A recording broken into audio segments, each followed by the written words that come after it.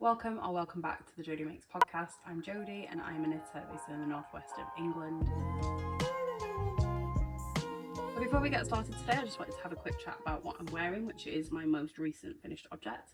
This is my Lost Tee by Rebecca Clow, and I have made a couple of slight amendments to this. So the first thing and the most obvious thing that I've done to it is I have added this sort of diamond faux cable design to the front of the sweater. And then the second thing that I've done, despite the fact that the Lost Tee pattern does come with sleeve instructions if you wanted to turn it into a sweater like with long sleeves, I modified that and I've just done a straight sleeve with no tapering at all. I did originally follow the tapering for the sleeves, but I just didn't really like the finish. I just wanted something a little bit more relaxed, and so I ripped that out and I've just done literally a full straight sleeve. I haven't made any decreases for the cuffs, literally just straight out to the end, and I'm really happy. So at this point I've been a knitter for around 5 years, and throughout that 5 years I have been accumulating yarn, as many of us do. And at the start of this year I decided that it was finally time to address my yarn stash. It started to grow arms and legs.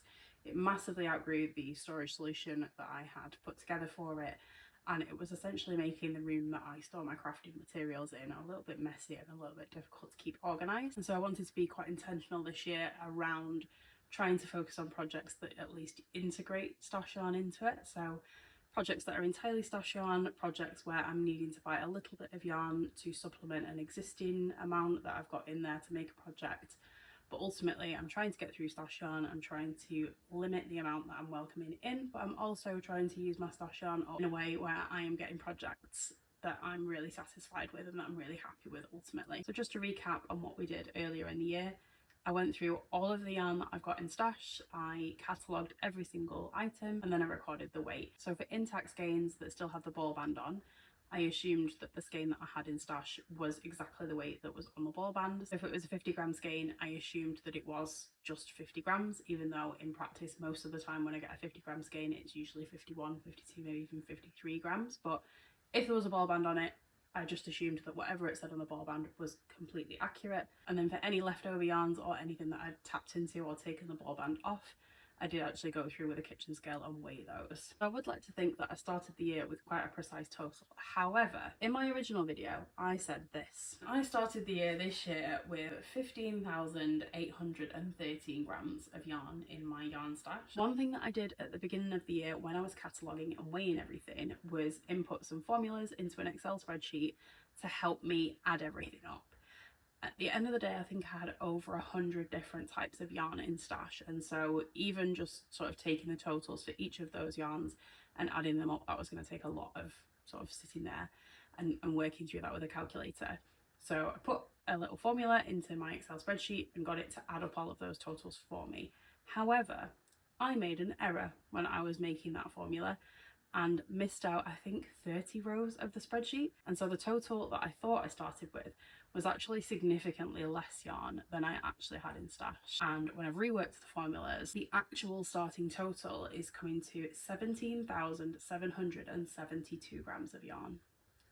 So just to recap, the metric that I'm using to track my stash down this year is weight. If I'm being completely honest, I don't think grams is the most accurate way to record the stash down. I've got a few different weights in my stash, sort of ranging all the way from sort of lace weight mohair type things, and then I've got quite a lot of fingering, quite a lot of DK, and then the oddball that is sort of Aran and above.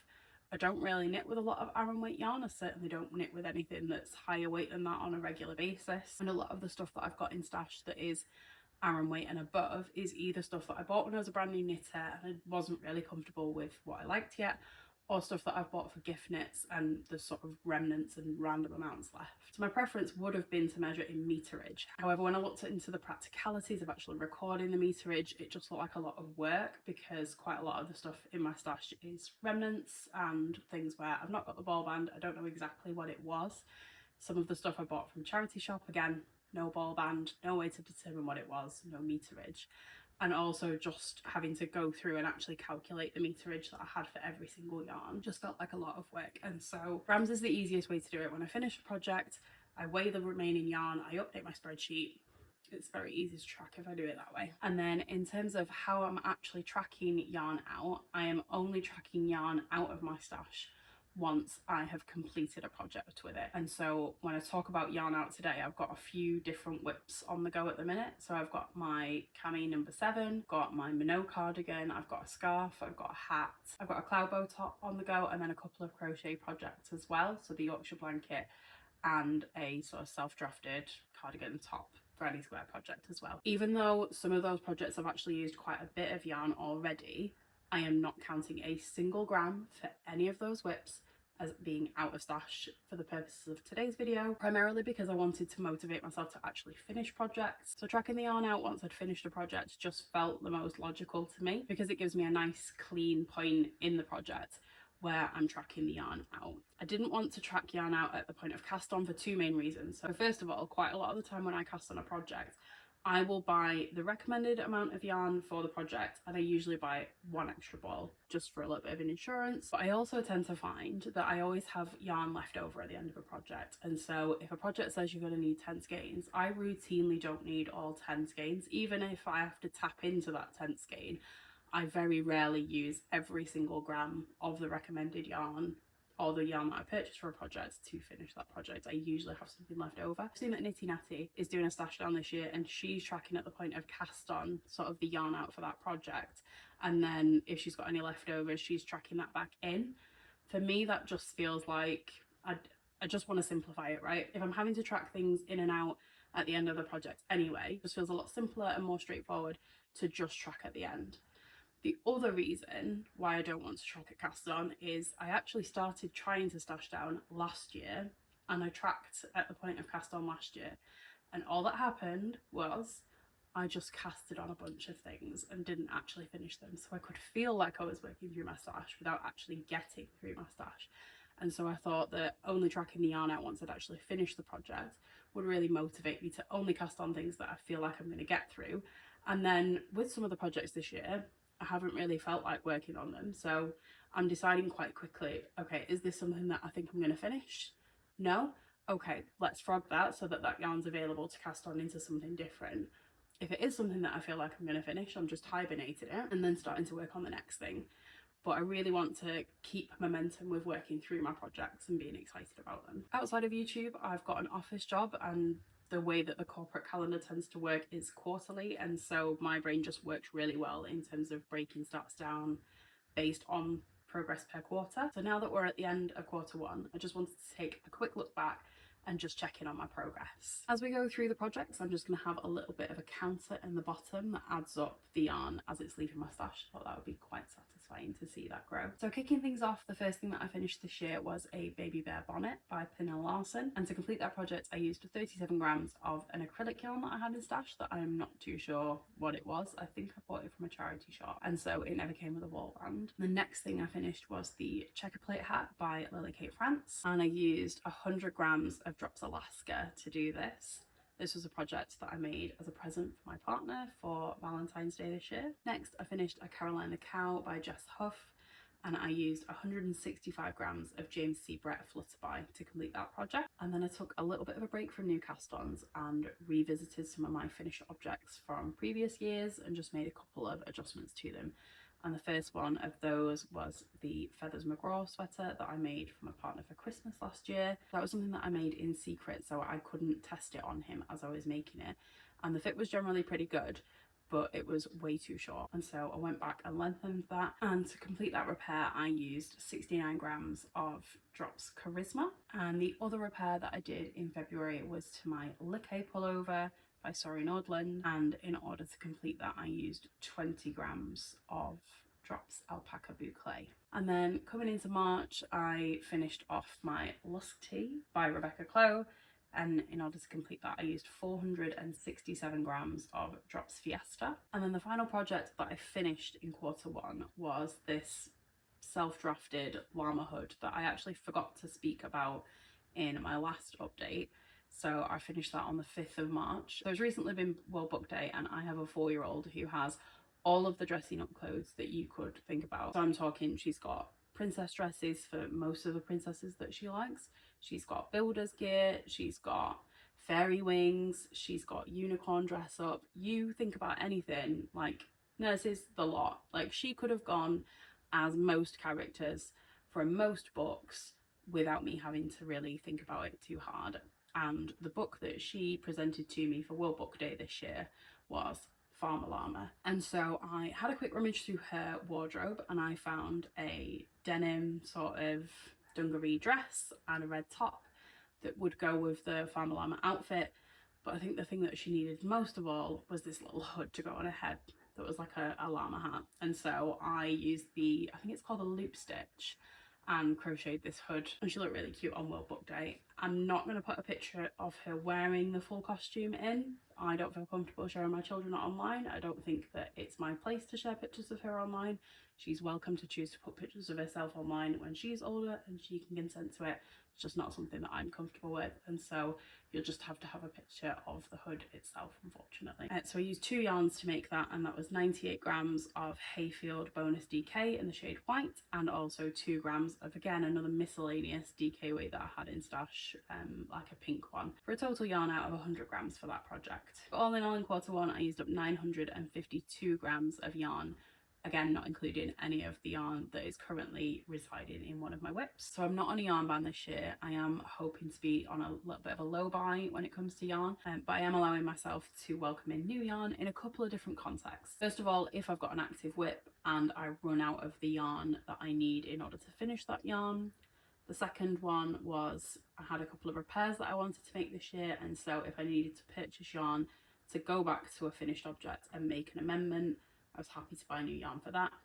And I was also really happy to buy new yarn in the scenario where I had something in my stash and I had an idea of something that I would really like to use that yarn for, but I knew I wouldn't have enough yarn to finish it. And again, that sort of comes into that, ultimately, if I am working on something or if I'm going to start working on something and I've not got enough yarn to finish it, I'm happy to buy new yarn in that context. And then I don't think I shared this, but in my head I was also allowing myself 4 projects worth of just new yarn. Oh, I've seen this project and I really want to make it, but I don't have a yarn in my stash that I would happily make that from.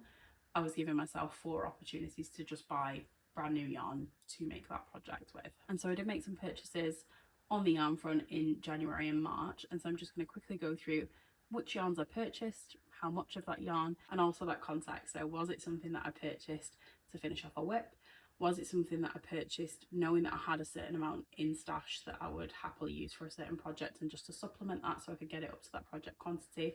Was it something that I bought on a whim for a new project? That sort of thing. Again, I'm just going to put a quick counter in the bottom corner of the screen just so that you can see everything adding up as I go through the purchases. The first thing that I welcomed into my stash this year was a single ball of Drops Nord in the shade black, so that's 50 grams in, and I purchased that because last year I decided that I wanted to knit the Sirius skirt, and that did actually make it onto my Make 9 this year. Last year I bought the yarn to make that, so I already had a cone of the Woolly Knit 4-ply British wool in the shade white, and then last year from Wool Warehouse I purchased 5 balls of Drops Nord in the shade black to make that project with, which according to the sort of project stats would be enough. However, between me purchasing that yarn and casting on the swatch, it seems like I lost a ball. I don't know if I maybe took it out and tried to swatch whilst I was on the go and a ball fell out of my bag. I don't know what happened to that ball. All I know is I purchased 5. I remember receiving 5 because I always count everything when it comes in. And then between me putting the yarn in the project bag and knitting the swatch, one of those balls went missing. And so I just bought that to supplement that and bring it back up to a project quantity essentially. I also bought 2 balls of Drops Charisma in the shade grey, so that's 100 grams of that. I bought that yarn for the repair to my Feathers McGraw sweater, so I bought 100 grams of that. I did only use 69 of that, so some of that unfortunately has ended up being left over. However, I did need both of the skeins that I purchased, so I'm quite pleased that I bought both of those. I also bought 2 balls of Yarnsmiths Create DK, and I bought those in the shades Carrot and Canary Yellow, so an orange and a yellow. They're 100 gram skeins, so that was 200 grams in that yarn, and I bought that because I had some leftovers from a baby rainbow baby blanket that I made for a friend a few years ago. And when I was looking at the remnants from that project and thinking about how I would incorporate them into a new project, what I really thought was I would really just like to make that again. However, I didn't have enough of the yellow, the red and the orange from the original blanket to remake it. I only had enough of the white, the green and the blue. So I found another skein of red that I already had in my stash that was acrylic, that was great for a baby blanket. However, I did need to buy a yellow and an orange to go with that. So again, that's sort of to make up a project quantity from stuff that's already in my stash. I also bought 2 skeins of Knit Crafts Make the Change in the shade Cream, so that's 200 grams in. So I already had 2 skeins of Knit Crafts Make the Change in stash in this colour, and I just purchased another 2 when I decided that I wanted to make the Yorkshire blanket for my sister's baby, who knew I wasn't going to have enough for that. And I have actually finished using the 2 skeins that I had in stash, and I have had to tuck into the supplementary yarn that I purchased to go alongside that. So again, making progress with some of the stuff that I'm bringing in. And the one thing that I purchased in January, which was not for a planned project and was not to add to stash yarn, was I purchased 650 grams of Yarnsmith's Merino DK Superwash Tweeds in the shade like the creamy multi tweed. It's like a cream with lots of different colours in there. The project that I had in mind when I bought that was the Cosmo sweater, and I just need to get the swatching done and things like that. Now that we're coming into the warmer months, I think I'm going to sideline that project, but it is still something that's on my to make list. And the yarn was pretty heavily discounted. I think it was newly released this year, and so it was on like a launch sale, and so it was a really good price. One of my goals this year is to knit with a new yarn, and so I'm hoping to get to this because it's a yarn that I obviously haven't used before, with it being brand new. So that was everything that I purchased in January. In February, I managed not to purchase any crafting materials, not just yarn. I didn't purchase any patterns or any accessories or tools either. And so no yarn in for February. And then in March, again, I made a couple of purchases. So I purchased a few different shades of Drops Belle, and that was to work on my crochet granny square cardigan thing. I purchased 200 grams of the white, 100 grams of the jeans blue, and 100 grams of the light beige to go with that project. And I also purchased another 550 grams of the white shade to make the Salty Day sweater. When I had that Drops Belle in stash, I think I had 4 balls of the white in stash, and I intended to use that to make a Salty Day sweater. And so whilst this is technically a new quantity of yarn for like a brand new project, I bought 100% of the yarn for that project brand new. In my head, like, I decided to make that as a scrappy project and then just got sidelined with something else that needed that yarn as well. And so maybe I do need to count that as one of my 4 brand new projects for the year. Ultimately, that was 950 grams on Drops Belle. I also purchased 4 skeins of Drops Saffron in the shade Chalk, which is sort of like an off-white colour. So I purchased this to make my Cami number 7 sort of inspired item. And originally I was intending to use, again, Drops Saffron, but in the shade white. And I just decided that the colour was a little bit too stark on me and that I wanted something a little bit softer. And so I purchased that. That is definitely going to be one of my 4. And so I'm up to 2 or 3 already. So that's 200 grams added to stash. And then I also bought 2 skeins of Sheepy's Katona in Lilac Mist and Tyrian Purple. So Lilac Mist is like a soft lavender type of colour, and the Tyrian Purple is a sort of stronger, more raspberry kind of purple. So that's 100 grams for those. The reason I bought those is because I've got quite a few different scraps of 4-ply cotton yarns, and I really want to make a crochet sort of cotton summer jumper. So like a granny square, really meshy, really open, really lightweight, because it'll be 4-ply and cotton. So I'm thinking it'll probably be something that I can wear in sort of like transitional weather, the colder summer days, maybe also even in spring. And that'll be something that I can use quite a lot of my scraps up with.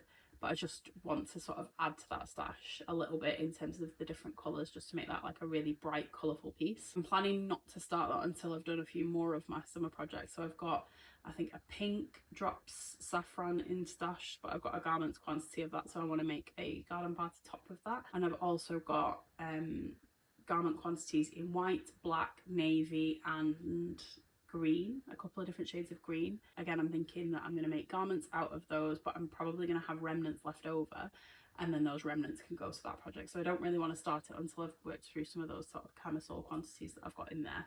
But I did purchase those to sort of supplement some stash yarn that I've got in there. So all in all, in Q1, I welcomed 2,450 grams of yarn into my stash. And those of you amongst us who are good at maths, or to be fair, even just average at maths, who are aware of maths, will be able to work out pretty quickly that 2,450 is more than 952. And so I did actually welcome more yarn into my stash than I actually used in Q1. And that left me with a net change in my yarn stash of 1,498 grams more than I started with. I'm not counting any whips, so I'm pretty confident that the amount that I've welcomed in is actually like this.